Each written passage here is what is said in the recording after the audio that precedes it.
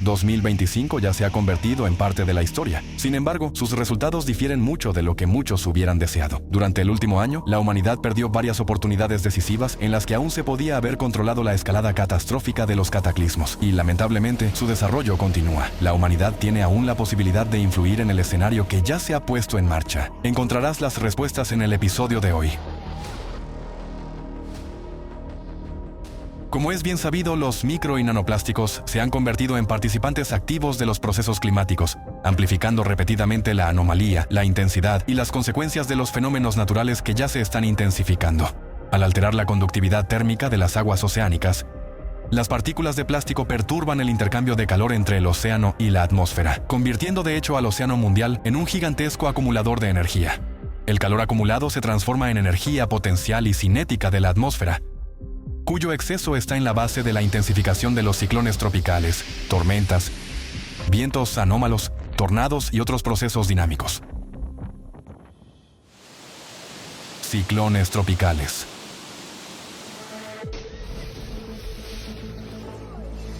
La temporada de huracanes tropicales de 2025 confirma una tendencia que se observa cada vez con mayor claridad año tras año. Aunque el número total de estos fenómenos no aumenta de forma significativa, la proporción de huracanes intensos está en aumento. Así, según los datos de la Administración Nacional Oceánica y Atmosférica de Estados Unidos, en la cuenca del Atlántico durante la pasada temporada se registraron 13 tormentas con nombre, de las cuales 5 se intensificaron hasta convertirse en huracanes, y 3 alcanzaron la quinta categoría, la máxima.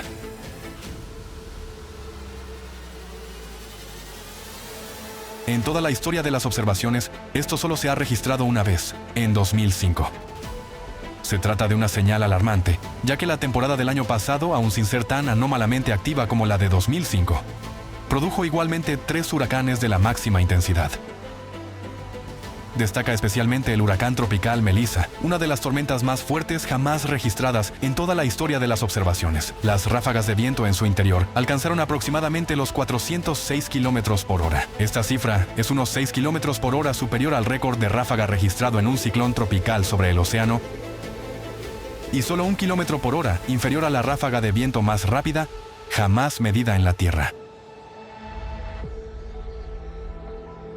Al alcanzar la quinta categoría, el 28 de octubre el huracán Melissa, con vientos de casi 300 kilómetros por hora, azotó la costa de Jamaica y se convirtió en la tormenta más potente en 174 años de observaciones meteorológicas en esta región.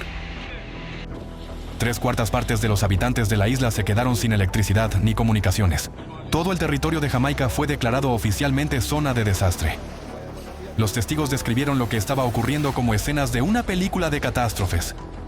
Palmeras que se partían como cerillas, carreteras arrasadas y viviendas inundadas hasta el nivel de las ventanas. La catástrofe se cobró la vida de 19 personas.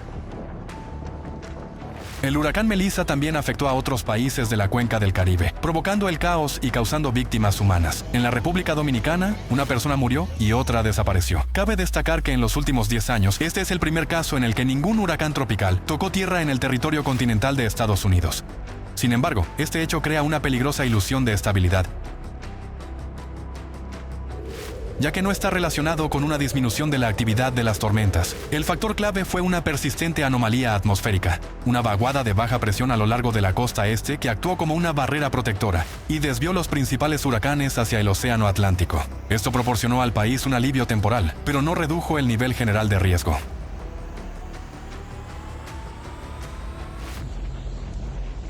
En el Océano Pacífico Occidental, el supertifón Ragasa fue el más intenso.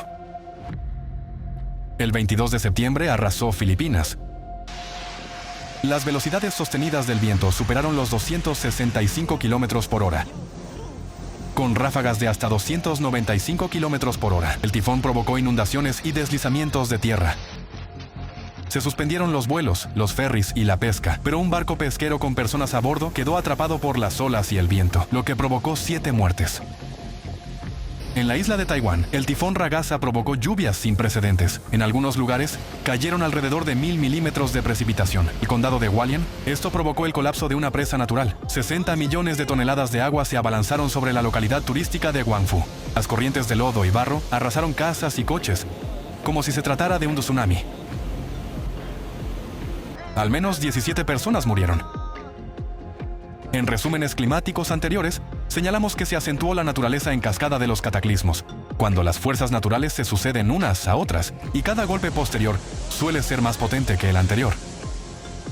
En 2025, esta tendencia se manifestó de forma especialmente vívida. Los tifones llegaban con tal frecuencia que los habitantes del sudeste asiático no tenían tiempo de recuperarse.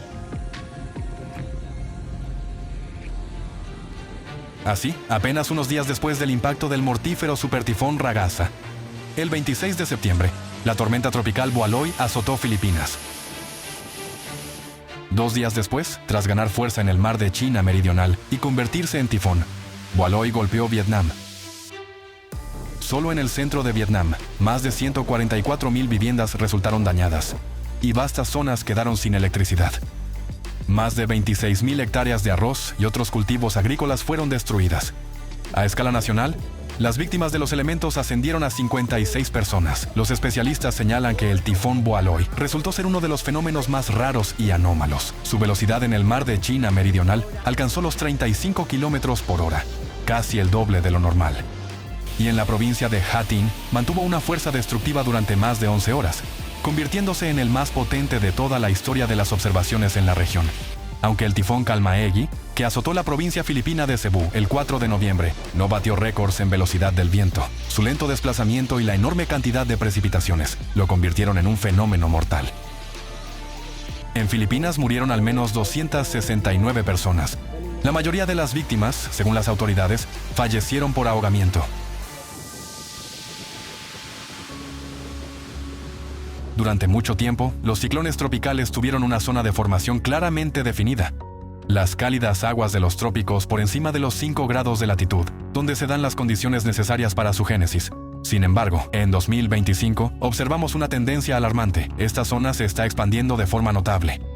Para las personas que viven en nuevas zonas potencialmente peligrosas, esto representa un problema grave. La infraestructura y los sistemas de alerta en estas regiones no están diseñados para soportar la fuerza de los ciclones tropicales, por lo que los residentes se enfrentan a una fuerza natural para la que no están preparados, ni emocional ni técnicamente. Como resultado, la expansión de la zona de formación de los ciclones tropicales se está convirtiendo en una de las señales climáticas más peligrosas y subestimadas del último año.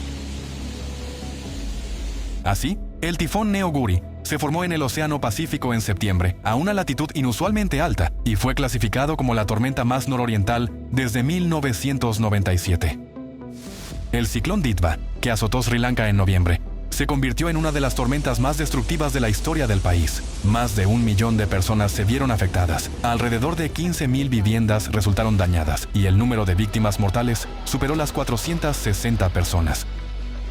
Dado que los ciclones se forman muy raramente en esta región, consecuencias tan graves se debieron principalmente no a la fuerza de la tormenta, sino a la falta de preparación para un escenario de este tipo. Un fenómeno aún más raro fue Senyar, que por primera vez en 135 años se formó en el estrecho de Malaca, a menos de 5 grados del Ecuador, donde normalmente no se producen ciclones debido a la débil influencia de la rotación de la Tierra que no permite que una tormenta gire lo suficiente. Senyar también se convirtió en el primer ciclón de la historia en tocar tierra en la costa occidental de la Malasia peninsular, y solo en la tercera tormenta que ha afectado al territorio del país. Provocó inundaciones catastróficas en Indonesia y Malasia. Solo en la isla de Sumatra murieron más de 900 personas y más de 2.500 resultaron heridas.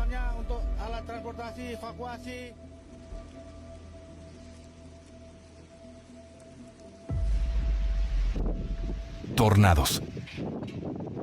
En marzo de 2025, un destructivo frente de tormenta atravesó Estados Unidos, convirtiéndose en la causa del mayor brote de tornados en la historia de las observaciones meteorológicas para este mes. En total, a lo largo de 3 días, se registraron al menos 100 tornados que redujeron a ruinas zonas enteras. Esta tormenta se convirtió en una de las más destructivas en Estados Unidos en los últimos años y se cobró la vida de 42 personas. Algunos tornados individuales se distinguieron por una intensidad excepcional. El 20 de junio, cerca de la localidad de Enderlin, en el estado de Dakota del Norte, Estados Unidos, se registró uno de los tornados más potentes del siglo XXI. El vórtice recibió la calificación oficial de EF5, la categoría más alta de la escala Fujita mejorada. La velocidad del viento superó los 338 kilómetros por hora. Fue el primer tornado de esta fuerza en el país en los últimos 12 años. El tornado volcó vagones ferroviarios de grano completamente cargados y un vagón cisterna vacío fue lanzado a casi 150 metros. Algunos árboles fueron arrancados de raíz, mientras que otros quedaron como troncos mutilados sin corteza. Una granja local fue completamente destruida y los edificios fueron arrancados de sus cimientos. Los elementos se cobraron la vida de 3 personas. El vórtice destructivo, de más de 1,5 kilómetros de ancho, dejó una gigantesca cicatriz en la superficie de la Tierra, visible incluso desde el espacio. El 7 de noviembre, el estado brasileño de Paraná fue azotado por un tornado de categoría EF4, con vientos de hasta 300 kilómetros por hora. Este vórtice se convirtió en el más trágico de toda la historia moderna del país. Destruyó el 90% del municipio de Río Bonito do Iguazú. En apenas unos minutos, la ciudad pasó a parecer una zona de combate. Los barrios quedaron en ruinas y los coches estaban esparcidos como si fueran juguetes infantiles. 6 personas murieron y 750 residentes resultaron heridos, 30 de ellos con lesiones graves. Durante la tormenta Claudia, que tuvo lugar a mediados de noviembre, se registró un tornado de categoría IF2 en Albufeira, una conocida ciudad turística del sur de Portugal. Golpeó el restaurante de un hotel por la mañana, justo cuando varias decenas de huéspedes estaban desayunando allí. 28 personas resultaron heridas, entre ellas 6 niños de entre 2 meses y 7 años. 4 fueron trasladadas a hospitales con lesiones graves. El torbellino también atravesó un camping, donde una mujer perdió la vida. Es importante subrayar que incluso los tornados de segunda categoría son extremadamente raros en Portugal. En los últimos 30 años, según la base de datos europea de fenómenos meteorológicos severos, solo se han registrado 4 casos de este tipo en el país, y 3 de ellos ocurrieron en 2025. Al mismo tiempo, Portugal no es una excepción. En toda Europa en su conjunto se observa un alarmante aumento exponencial del número de tornados.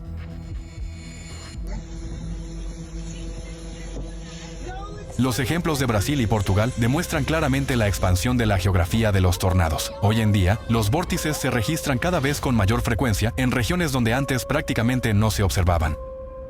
El 29 de agosto se registraron simultáneamente 3 tornados en la península de Reykjanes, en Islandia, un fenómeno inusual para estas latitudes. Desde 1980, solo se han observado 13 episodios de este tipo en la región. El 3 de agosto, un tornado de categoría IF2 barrió el territorio de la región autónoma judía de Rusia. Se trató de un fenómeno extraordinariamente potente para estas zonas. A lo largo de toda la historia de la región, aquí solo se han registrado unos pocos vórtices, y únicamente en los últimos años, a medida que se ha intensificado el cambio climático.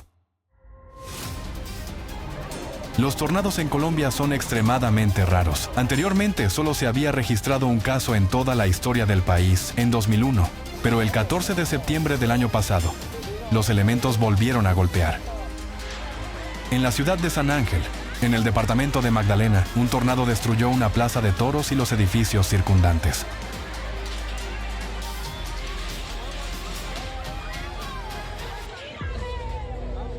Durante varios días, a finales de octubre, se produjeron al menos 4 tornados en el norte y el oeste de Turquía, incluidos 2 tornados de categoría I, F2, uno de los cuales causó una víctima mortal. Según las estadísticas oficiales, en el país se registran no más de 2 tornados al año, predominantemente de primera categoría. Por lo tanto, un brote de este tipo resultó extremadamente anómalo. Debido a la expansión de la geografía de los tornados, los vórtices llegan cada vez con mayor frecuencia a ciudades densamente pobladas que no están preparadas para este tipo de amenaza, lo que incrementa de forma significativa la destrucción y el número de víctimas. A mediados de mayo, un potente sistema de tormentas azotó los estados centrales y orientales de Estados Unidos, generando varias decenas de tornados. En el estado de Missouri, un devastador tornado de categoría EF3 golpeó la gran ciudad de San Luis. El vórtice, con velocidades del viento superiores a los 240 kilómetros por hora y un ancho de 1,5 kilómetros, atravesó barrios urbanos, destruyendo todo a su paso. Más de 5,000 edificios resultaron dañados. El alcalde calificó esta tormenta como una de las más destructivas en la historia de la ciudad. 5 personas murieron y otras 38 resultaron heridas. Un tornado de categoría EF1, con velocidades del viento de hasta 180 kilómetros por hora. También golpeó el centro económico del estado de Maryland, la importante ciudad portuaria de Baltimore. El embudo atravesó zonas densamente pobladas, dejando tras de sí una estela de destrucción de aproximadamente 9,5 kilómetros. El año 2025 demostró fenómenos climáticos sin precedentes y anomalías récord. Surge de manera inevitable una pregunta. ¿Podría la humanidad haber evitado tal desarrollo de los acontecimientos? Podía haberlo hecho. Científicos de Alatra propusieron una solución tecnológica: los generadores atmosféricos de agua. Su implementación a gran escala habría permitido reducir la contaminación del océano mundial por micro y nanoplásticos, restaurar el ciclo del agua y el equilibrio térmico del planeta, y en última instancia, estabilizar la situación climática. Creo que muchos de ustedes recuerdan la tecnología conocida como GAA, el generador atmosférico de agua, que alguna vez ofreció la promesa de purificar el aire de contaminantes, incluido el plástico. Fue un faro de esperanza innovador, una tecnología que, si se hubiera implementado a nivel global, podría haber preservado la salud y la vida de miles de millones de personas y ayudado a limpiar el planeta. Pero perdimos esa oportunidad.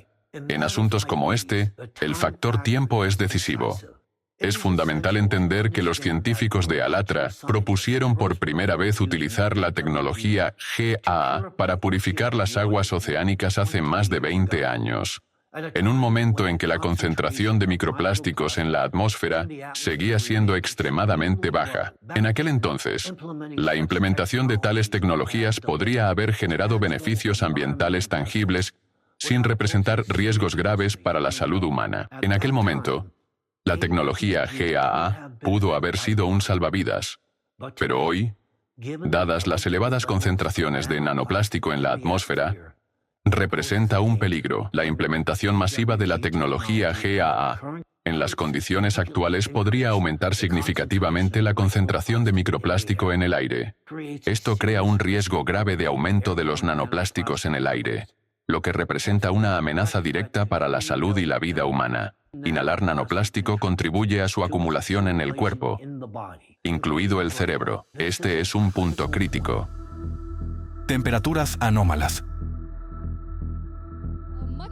En 2025, la India vivió el invierno más cálido en 124 años, mientras que ya en febrero se registraron olas de calor anormalmente tempranas. La característica más notable fue el aumento de las temperaturas mínimas. El 15 de marzo, en los estados de Odisha y Jharkhand, se registró la primera noche cálida del año. Sin embargo, el año pasado en la India no estuvo marcado solo por récords de calor. Las olas de frío comenzaron antes de lo habitual y abarcaron un territorio más grande. En junio, América del Norte fue azotada por una potente ola de calor que afectó a más de 255 millones de personas en Estados Unidos y Canadá. En solo una semana, en Estados Unidos, se registraron más de 3,000 casos de temperaturas máximas diarias récord, incluidos máximos absolutos de toda la historia de las observaciones. Es especialmente importante señalar que la mayoría de los récords se establecieron para las temperaturas mínimas diarias, es decir, nocturnas. Lamentablemente, esta tendencia extremadamente peligrosa ya se observa en todo el mundo. Las noches sofocantes y anormalmente cálidas privan al organismo del descanso tras el calor diurno, provocando estrés térmico, deshidratación y una sobrecarga del sistema cardiovascular. De abril a septiembre de 2025, Europa fue azotada por una serie de olas de calor extremas que se cobraron aproximadamente 16,500 vidas. En el norte del continente, las temperaturas alcanzaron valores sin precedentes. En Noruega, temperaturas superiores a los 30 grados centígrados se mantuvieron durante casi 2 semanas consecutivas, mientras que en Finlandia, las temperaturas superaron los 25 grados durante 26 días. Los hospitales locales se vieron desbordados y la población sufrió tanto por el calor prolongado, que en el norte del país incluso se abrió una pista de hielo como refugio contra las altas temperaturas. Se avistaron renos en las ciudades. Los animales salvajes buscaban agua y refugio. En el sur de Europa, la población soportó temperaturas superiores a los 40 grados centígrados y en varios países se registraron nuevos récords nacionales para el mes de junio. En Italia, se introdujo una prohibición de trabajar al aire libre durante las horas más calurosas del día. Y en Grecia, importantes atracciones turísticas fueron cerradas temporalmente. El calor provocó sequías y numerosos incendios forestales en decenas de países europeos. En Rusia, en la región de Zabaikalie y en la República de Buriatia, la temporada de incendios forestales de 2025 resultó especialmente severa. La causa fue un invierno con pocas nevadas y la primavera más calurosa de toda la historia de las observaciones. Las temperaturas en estas regiones fueron entre 5 y 7 grados superiores a los promedios a largo plazo. Siberia y el Ártico se vieron afectados por anomalías térmicas. En Yakutsk, una ciudad con un clima extremadamente frío, enero resultó ser excepcionalmente cálido. En determinados días, las temperaturas superaron en más de 24 grados centígrados la norma climática. Se registraron récords diarios de temperatura máxima durante 6 días consecutivos. Los habitantes observaron que el sauce ya había comenzado a florecer, algo impropio incluso de principios de abril, y que los abedules presentaban amentos hinchados. El 20 de agosto, en la isla Baise, en el mar de Kara, la temperatura alcanzó por primera vez en toda la historia de las observaciones los 11,6 grados centígrados, superando de golpe en 2,5 grados el récord anterior de agosto.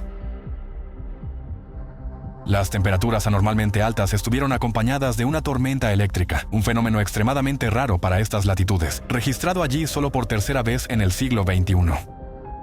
Ese mismo día, en el norte de la península de Taimyr, en el cabo Sterlegov, la temperatura del aire alcanzó los 23 grados centígrados, cuando el máximo medio mensual es de tan solo 6,6 grados centígrados. Los contrastes de temperatura en distintas regiones de Rusia fueron tan abruptos que incluso los meteorólogos se quedaron sin palabras para describir la magnitud del caos meteorológico. Así, en febrero, en la ciudad de Ivdel, en el oblast de Sverdlovsk, una helada nocturna de menos 26 grados centígrados dio paso a temperaturas diurnas positivas en apenas unas horas. Una diferencia de más de 28 grados en 12 horas se convirtió en una dura prueba para los residentes. La diferencia de temperatura en 12 horas alcanzó los 28,4 grados centígrados. Al mismo tiempo, en el sur del país, por el contrario, se estableció un clima anormalmente frío, acompañado de fuertes nevadas. En la República de Kabardino-Balkaria, finales de febrero resultaron ser los más fríos de toda la historia de las observaciones meteorológicas en la región. En Krasnodar, Novorossiysk, así como en otras ciudades y distritos del Kubán, los cuerpos de agua se congelaron y se formaron témpanos. En Sochi, la nieve cayó no solo en las zonas montañosas, donde la altura de los ventisqueros alcanzó los 3 metros, sino también directamente en la costa. Céspedes verdes, palmeras y flores quedaron cubiertos por una gruesa capa de nieve, un fenómeno extremadamente raro para esta región.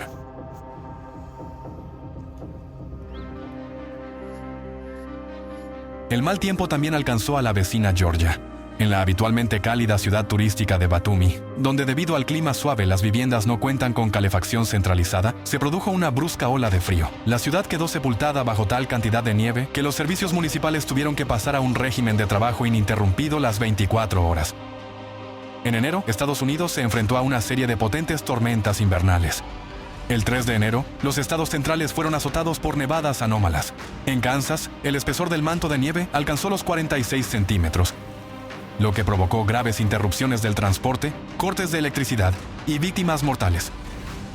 Solo unos días después, los elementos golpearon el sureste del país, llevando condiciones invernales severas a casi 25 estados y afectando a unos 80 millones de personas. En regiones no acostumbradas a tales heladas y nevadas, la vida quedó paralizada. A partir del 20 de enero, una potente tormenta azotó los estados del sur, convirtiéndose en una dura prueba para la región. En la costa del Golfo, donde la nieve es poco frecuente, se batieron récords de nevadas que se remontaban a muchos años atrás, incluso a siglos. Al menos 9 personas fueron víctimas de hipotermia y accidentes de tráfico. Por primera vez en la historia, el Servicio Meteorológico Nacional de Estados Unidos emitió una alerta de ventisca para determinadas zonas de Luisiana y Texas.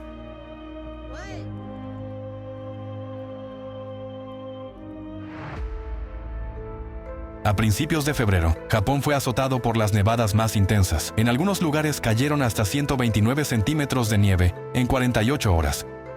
Y en la ciudad de Obihiro, en la prefectura de Hokkaido, cayeron 120 centímetros en tan solo 12 horas. Esta cifra se convirtió en un récord nacional desde el inicio de las observaciones meteorológicas. En algunas zonas, los ventisqueros alcanzaron los 4 metros, lo que provocó el cierre de carreteras y puso en riesgo de colapso los techos de las viviendas. A partir del 5 de abril, el frío ártico cubrió Europa central y oriental, los Balcanes, el Mediterráneo y Turquía. Tras un marzo cálido, el brusco descenso de las temperaturas y las nevadas provocaron heladas, ventiscas y fuertes vientos, destruyendo casi por completo la cosecha de árboles frutales. En Bielorrusia, más de 270 localidades se quedaron sin electricidad. En Polonia, el frío intenso estuvo acompañado de nevadas, lluvia helada y fuertes vientos. En los Cárpatos ucranianos, la temperatura descendió hasta menos 18 grados centígrados. En Bulgaria, el espesor de la nieve alcanzó los 40 centímetros. Y en Turquía, las temperaturas fueron de 4 a 10 grados centígrados por debajo de lo normal. El frío de abril también afectó a Corea del Sur. En un solo día, la temperatura en Seúl cayó de casi 25 grados Celsius a 1,1 grados Celsius. Especialmente notable fue la nevada a finales de abril, la primera registrada en 118 años de observaciones. En el norte de Arabia Saudita, a mediados de diciembre, se produjeron intensas nevadas acompañadas de viento y densa niebla. La nieve cubrió no solo las cumbres montañosas, sino también las mesetas desérticas adyacentes. Los termómetros descendieron hasta menos 4 grados Celsius. Un fenómeno de este tipo no se había observado en la región desde hacía casi 30 años. Aún más inusual fue la nevada registrada en Argentina el día de Navidad, el 25 de diciembre, en pleno verano del hemisferio sur. En las zonas de gran altitud de las provincias de Salta y Jujuy, la temperatura descendió hasta 1 grado centígrado, valores propios del invierno, y las fuertes nevadas interrumpieron el tráfico en carreteras estratégicamente importantes. Los meteorólogos señalaron que el avance de masas de aire frío tan al norte constituye una anomalía grave. Al mismo tiempo, el sureste de Brasil experimentó un calor anormal. Las temperaturas alcanzaron los 37,2 grados centígrados. En Sao Paulo, en el transcurso de 4 días, el récord de temperatura máxima para el mes de diciembre se batió en 3 ocasiones, y todo ello frente a una temperatura máxima media habitual para este mes de 28,3 grados centígrados. Un nuevo récord mensual después de varias décadas es un fenómeno poco frecuente, y 3 récords en 4 días constituyen una auténtica anomalía.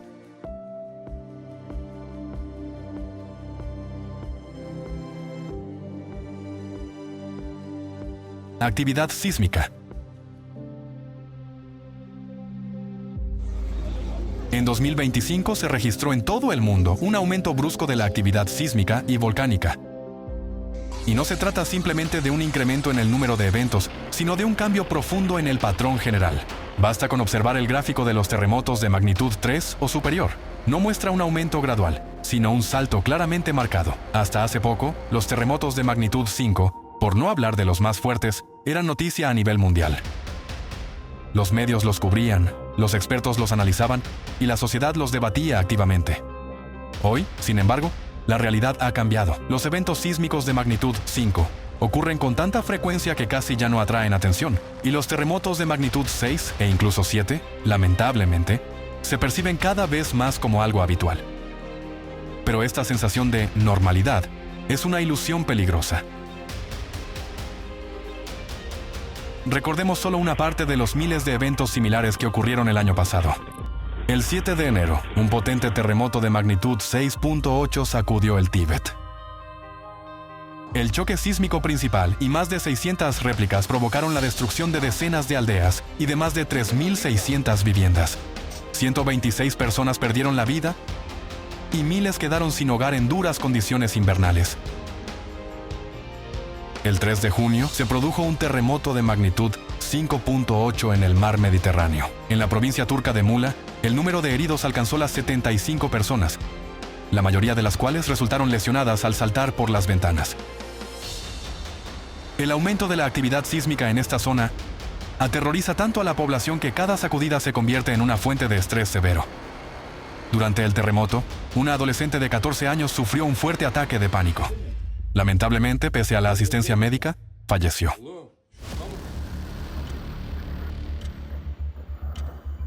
La provincia de Baluchesir experimentó 2 terremotos de magnitud superior a 6 en agosto y octubre. Según señalan los sismólogos, durante 3 meses se registró una actividad sísmica anormalmente alta para la región. Alrededor de 12.000 eventos sísmicos. El 31 de agosto, un potente sismo de magnitud 6.0 golpeó las provincias orientales de Afganistán. Más de 2.200 personas murieron y más de 3.300 resultaron heridas. Las potentes y poco profundas réplicas, 3 de las cuales superaron la magnitud 5.0, arrasaron viviendas que habían quedado solo parcialmente dañadas por el terremoto principal. Muchas aldeas quedaron reducidas a escombros. Algunas de las zonas más devastadas resultaron inaccesibles. Los residentes locales retiraban manualmente los escombros de las casas de adobe y piedra, intentando salvar a sus seres queridos. El año pasado, el archipiélago filipino fue sacudido por una serie de fuertes terremotos. La noche del 30 de septiembre se registró un terremoto de magnitud 6.9 cerca de la ciudad costera de Bogo. Se convirtió en uno de los más fuertes de los últimos 10 años en la región central de Filipinas. La peligrosamente escasa profundidad, de tan solo 5 kilómetros, provocó una destrucción masiva y la muerte de al menos 69 personas. En el sur del país, el 10 de octubre, se produjeron otros 2 potentes eventos sísmicos. El primero, de magnitud 7.4, se registró en el Océano Pacífico. Los temblores se sintieron en decenas de localidades de la isla de Mindanao. Los vehículos en las calles se balanceaban violentamente y los habitantes huían de sus casas presas del pánico. Unas 10 horas más tarde, se produjo un segundo terremoto, de magnitud 6.8. Esto intensificó las consecuencias y causó nuevos daños en las zonas ya afectadas. Como resultado del desastre, 8 personas murieron y cientos resultaron heridas. En la zona del pasaje de Drake, también se observó un aumento de la actividad sísmica. Durante 6 meses, de 2025, se produjeron allí 3 terremotos de magnitud superior a 7, mientras que en toda la historia de las observaciones en la región, solo se habían registrado 4. En 2025 se observaron terremotos con características tan anómalas y sin precedentes que no encajaban en las leyes modernas conocidas de la sismología. El 28 de marzo, en el centro de Myanmar, se produjo el terremoto de desplazamiento de mayor intensidad, con una magnitud de 7.7. El hipocentro se localizó a una profundidad de 10 kilómetros. Este tipo de eventos sísmicos son extremadamente raros y se consideran unos de los más destructivos. Pueden describirse como el equivalente sísmico de un movimiento supersónico. En Myanmar, la ruptura de la corteza terrestre se propagó hacia el sur a una velocidad superior a 5 kilómetros por segundo. Esto provocó pérdidas catastróficas. En el país se derrumbaron miles de viviendas, templos, mezquitas y monumentos históricos de siglos de antigüedad. Las comunicaciones telefónicas se interrumpieron por completo y el suministro eléctrico fue cortado. Deslizamientos de tierra, puentes destruidos y carreteras dañadas aislaron a determinadas zonas del resto del mundo. Más de 3.800 personas perdieron la vida. En la capital de Tailandia, Bangkok, situada a más de 1.000 kilómetros del epicentro, los edificios se balancearon violentamente y aparecieron grietas en miles de ellos. Un rascacielos de 30 plantas en construcción se derrumbó en la ciudad, causando al menos 22 víctimas mortales. Cerca de la península de Kamchatka, en Rusia, el 20 de julio se produjo un fuerte terremoto de magnitud 7.6. Miles de sacudidas posteriores, que alcanzaron magnitudes de 6 y superiores, fueron clasificadas por los especialistas como una serie de réplicas en fase de decaimiento. Pero todas ellas resultaron ser solo precursores, foreshocks, de uno de los eventos sísmicos más potentes de la historia moderna. El 30 de julio, a 149 kilómetros de Petropavlovsk-Kamchatsky, la capital regional, se produjo un terremoto de magnitud 8.8. Incluso los habitantes de Kamchatka, acostumbrados a la actividad sísmica, quedaron impactados por la duración de los temblores. Este megaterremoto desencadenó decenas de miles de réplicas, incluidos eventos de magnitud superior a 7, que no han cesado ni siquiera después de casi 6 meses, y cientos de sacudidas siguen sintiéndose en las localidades de Kamchatka. El 19 de septiembre se produjo un terremoto de magnitud 7.8 en el Océano Pacífico, que nuevamente no se ajustó a las previsiones de los sismólogos. El evento fue demasiado potente y, como señaló el director del Servicio Geofísico Unificado de la Academia de Ciencias de Rusia, no correspondía con ninguno de los modelos científicos conocidos de propagación de réplicas. Lo que está ocurriendo en Kamchatka es un proceso natural que confirma claramente el modelo científico desarrollado por la comunidad internacional de científicos de Alatra. Estamos hablando del impacto de la pluma magmática siberiana, un flujo de magma sobrecalentado. Su presión se propaga a través de la litosfera mucho más allá de las fronteras de Siberia. Como un pistón hidráulico, genera tensiones colosales a lo largo de los bordes del bloque continental, y es precisamente allí donde se manifiestan los procesos geodinámicos más pronunciados. La serie de potentes terremotos en Kamchatka es un efecto de borde clásico. Naturalmente, Siberia, incluida su parte ártica, responde inevitablemente al gigantesco foco magmático situado bajo su territorio. Y fue precisamente en 2025 cuando comenzó aquí una actividad sísmica atípica. El 28 de febrero se registró un terremoto de magnitud 5.3 en el mar de Laptev. En el Océano Ártico, el 8 de junio, al norte del archipiélago de Franz Josef Land, se registró un terremoto de magnitud 5.3, un valor extremadamente alto para esta zona. A lo largo de todo el periodo de observaciones instrumentales, aquí solo se han registrado 2 eventos sísmicos de magnitud 5.1. 20 días después, en el norte de Yakutia, se produjo un terremoto de magnitud 5.1. Merece especial atención el terremoto de magnitud 5.1 ocurrido el 2 de marzo más allá del Círculo Polar Ártico, en la región de Krasnoyarsk, a 650 kilómetros de Norilsk. Este potente temblor, extremadamente inusual para la región sísmicamente tranquila de Taimyr, resultó ser el primer evento registrado aquí desde el año 1900. Incluso estos ejemplos bastan para convencerse de que la pluma magmática siberiana representa una amenaza real para toda la humanidad y que su irrupción podría conducir a una catástrofe de escala planetaria. Sin embargo, este problema aparentemente insoluble tenía una solución simple y lógica. La desgasificación controlada, es decir, la reducción deliberada de la presión en el sistema magmático de la pluma mediante la derivación de gases y lava en exceso. Ese enfoque, propuesto por los científicos de Alatra, era capaz de prevenir una posible erupción de la pluma siberiana y, al mismo tiempo, estabilizar la situación climática global, reduciendo de forma significativa el calentamiento general del planeta y la presión interna del magma sobre la corteza terrestre. Pero la situación a la que nos enfrentamos ahora es meridianamente clara. El momento en el que podríamos y deberíamos haber comenzado a prepararnos para una desgasificación planificada y controlada de la pluma siberiana ya ha pasado. Dicho de manera educada, esa vía de acción ya no está disponible para ninguno de nosotros. Permítanme explicarlo. En 2025, la Tierra entró en una nueva fase de actividad sísmica. Ustedes mismos han sido testigos de ello. Bajo la influencia de la pluma, se produjeron 2 potentes terremotos con magnitudes superiores a 7 en el transcurso de una sola semana. Primero, un evento de magnitud 7.0 ocurrió en la frontera entre Alaska y el Yukón. Tan solo 2 días después, un terremoto de magnitud 7.6 sacudió la costa de Japón. Esto no es una coincidencia aleatoria. Estos acontecimientos son indicadores de profundos procesos geodinámicos, impulsados por la presión que ejerce la pluma siberiana sobre la corteza terrestre. Un plazo realista para preparar la desgasificación de la pluma magmática siberiana sería de al menos 4 años, suponiendo una estrecha cooperación internacional y la plena implicación de los principales especialistas del mundo.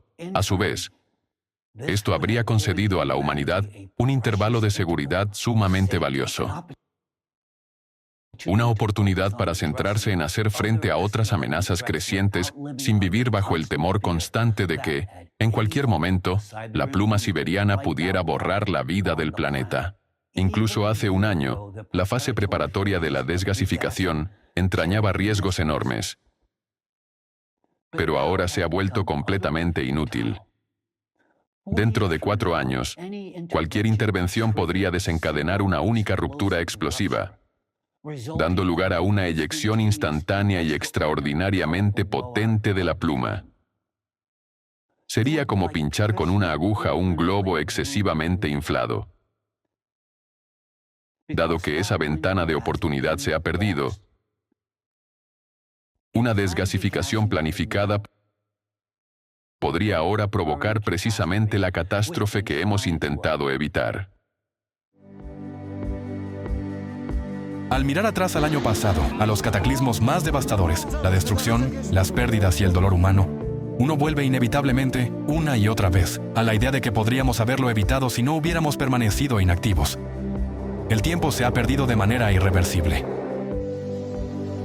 Concluimos este episodio con un fragmento de un documental de divulgación científica, creado como resultado de investigaciones fundamentales y de la acción de quienes fueron capaces de comprender realmente qué es exactamente lo que ya hemos perdido. Son personas que no se resignaron. Continúan luchando por esa frágil, pero aún real, oportunidad que le queda a toda la humanidad. Ahora, ya sabemos que la carga electrostática es la base de su poder destructivo. Comprendiendo esto, el grupo científico de Alatra fue el primero en proponer una dirección estratégica: privar a los nanoplásticos de su capacidad para acumular y retener carga eléctrica. Si pudiéramos eliminar la carga de los micro y nanoplásticos, no solo eliminaríamos su impacto destructivo sobre la salud humana, sino que también ayudaríamos a eliminar el exceso de energía de nuestra biosfera, energía que de otro modo se acumularía, alimentando la crisis geodinámica e intensificando los desastres naturales. Durante demasiado tiempo hemos vivido bajo la reconfortante ilusión de que aún hay tiempo, de que la humanidad siempre tendrá la oportunidad de reconocer, comprender y reaccionar. Pero ese tiempo ya ha pasado. Nuestro mayor desafío ahora es encontrar una solución antes de cruzar el punto de no retorno, mientras aún conservamos tanto nuestro intelecto como el poco tiempo que nos queda. Pero para que esto ocurra, toda la humanidad debe primero comprender la verdadera magnitud de lo que está sucediendo. Solo entonces podremos dirigir todo nuestro potencial científico y recursos hacia la búsqueda de una solución. Como ya hemos visto, ningún individuo, organización o nación por sí sola puede resolver un problema tan complejo. La comunidad científica de Alatra ha estado buscando esta solución durante 2 décadas, y aunque aún no se ha encontrado, sabemos que existe. Comprendemos que la respuesta se encuentra en la intersección de la física, la química y la biología, lo que significa que la solución es alcanzable y hallarla es esencial para nuestra supervivencia. A través de años de investigación, hemos llegado a la clara comprensión de que los esfuerzos de toda la comunidad global deben unirse, y con urgencia. Solo actuando juntos podremos resolver este desafío monumental y preservar lo más precioso que tenemos: la vida misma. Merece la pena luchar por la vida.